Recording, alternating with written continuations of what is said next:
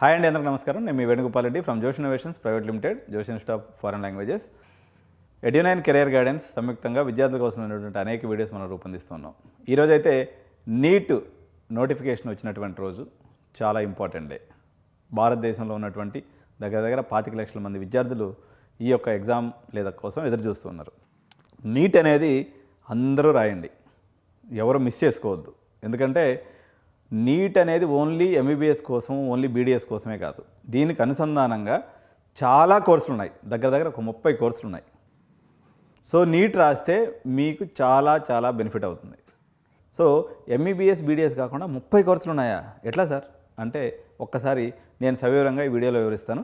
What are the alternative options other than MBBS for NEET students. ఈ video title ఇది, ఒకసారి చూద్దాం. So the ultimate master list of science careers. Science అనేది ఒక మహాసముద్రం అండి.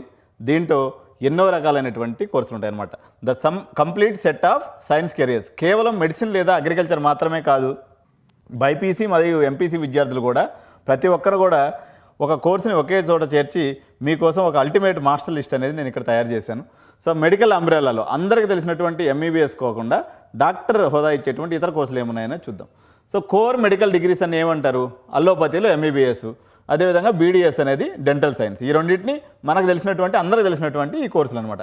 ఇవి కాకుండా ఆయుష్ మరియు న్యాచురోపతి సెక్షన్లో చాలా కోర్సులు ఉన్నాయండి. బీఏఎంహెచ్ అంటే bachelor of Ayurvedic medicine. So ఆయుర్వేదం. Bachelor of homeopathic medicine, homeopathy. Bachelor of Unani medicine. సరే ఈ యునానీ అనేది మేము ఎప్పుడు వినలేదు, చూడలేదంటే ఒకసారి చార్మినార్ పోండి, యునానీ డాక్టర్లు మస్తు మంది ఉంటారు. సో న్యాచురోపతి మరియు యోగా. సో బిఎన్వైఎస్ అంటే న్యాచురోపతి అండ్ యోగా, మంతెన సత్యనారాయణ రాజు గారు.